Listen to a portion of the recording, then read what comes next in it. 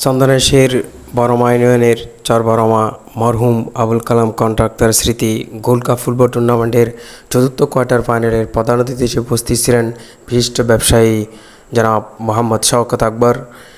বিশেষ অতিথি হিসেবে উপস্থিত চট্টগ্রাম আন্দরকিল্লা শাইনিং প্রিন্টার্সের মালিক জনাব মোহাম্মদ আব্দুল মালেক। আরও বিশেষ অতিথি হিসেবে উপস্থিত ছিলেন জনাব মাওলানা আলমগীর হোসেন আল কাদরি। আরও বিশেষ অতিথি হিসেবে উপস্থিত ছিলেন প্রবাসী মোহাম্মদ আবু জাফর। আরও বিশেষ অতিথি হিসেবে উপস্থিত ছিলেন বিশিষ্ট ব্যবসায়ী জনাব মোহাম্মদ শওকত। আরও নাম না জানা অনেক অতিথি মহোদয় আমাদের মঞ্চে উপস্থিত আছেন। আজকের দুই দলের খেলা অনুষ্ঠিত হয়েছে সাতকানিয়া পূর্ব আমিলেশ ফুটবল একাডেমি বনাম চট্টগ্রাম নন্দনকানন বাবর একাডেমি ফুটবল একাদশ।